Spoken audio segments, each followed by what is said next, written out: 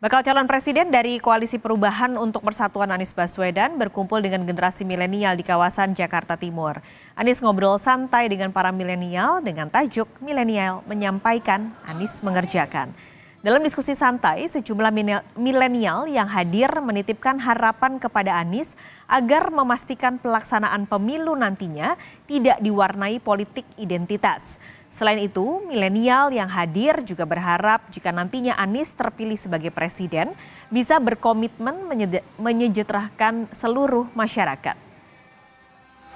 Jurnalis Kompas TV Dian Silitonga akan melaporkan langsung diskusi Anies Baswedan dengan para milenial siang ini. Dian, maksud kami, bagaimana tanggapan Anies dengan permintaan para milenial yang ditemuinya tadi untuk tidak memakai politik identitas saat pemilu mendatang? Nah, selain politik identitas, ada lagi kah yang jadi bahasan hari ini?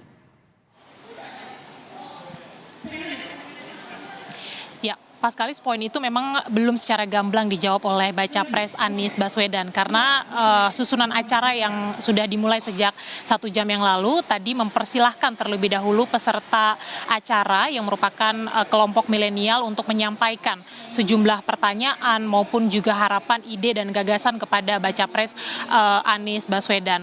Nah, kalau yang saya tangkap memang tadi poin itu menjadi kegelisahan dari generasi milenial ya, khususnya yang memang hari ini hadir mengklaim sebagai pendukung Anies Baswedan terhadap pemilu 2024 nanti, atau kegelisahan dalam menghadapi pemilu 2024 nanti, dikhawatirkan ini akan mengulang Pilkada 2017, Pilkada DKI Jakarta 2017 maksud saya, yang memang kita ingat bersama ini kental dengan politik identitas. Nah, tentu saja harapannya bukan hanya baca pres Anies Baswedan saja, tapi seluruh peserta pemilu 2024 ini harus memastikan bahwa nantinya pemilu 2024 ini bisa berjalan jauh dari politik identitas. Nah, selain isu politik identitas, tadi juga ada banyak isu yang juga dipertanyakan atau disampaikan oleh sejumlah peserta, mulai dari isu ekonomi, kemudian juga isu kesejahteraan sosial, isu keamanan, isu perempuan, dan banyak sekali isu yang kemudian dipertanyakan kepada baca pres Anies Baswedan apa yang bisa dilakukan ketika nanti terpilih sebagai presiden terkait dengan isu-isu tersebut.